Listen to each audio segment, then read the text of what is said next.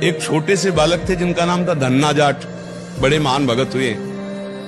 उनको परिवार की मां ले गई कथा सुनाने, तो कथा में कह रहे थे बिना भगवान का भोग लगाए जो खाता है वो पाप खाता है, भगवान की सेवा करनी चाहिए। तो घर में आए, अपनी माँ से कहा, 8-10 वर्ष के होंगे, कि हमारे घर में तो भगवान है नहीं, भगवान का भोग नहीं लगता, पाप खाया जाएगा, अब कैसे होगा।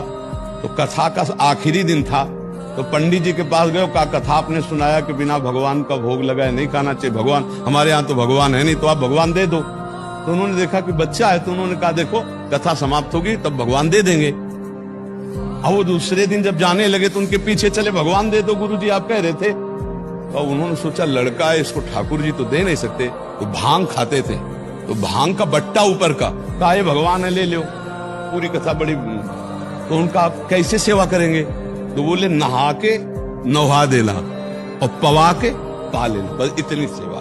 और वो इतने खुशी हो, देखो विश्वास है क्या, भांग का बट्टा, इतने खुशी हो गए कि मुझे ठाकुर जी मिल गए, मुझे भगवान मिल गए।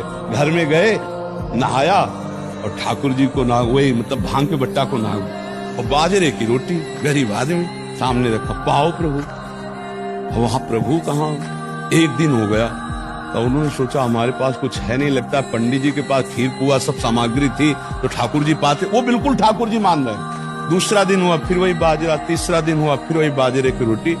तो वो रो रो करके ऐसे भांग का बट्टा पकड़ा और कहने लगे प्रभु हमारे पास नहीं है कि हम तुम्हें खीर पूड़ी पुआ पवा सके, और गुरु जी ने कहा बिना पवाए पाना नहीं, अगर आप नहीं पाओगे तो हम चाहे मर जाएं लेकिन नहीं पाएंगे।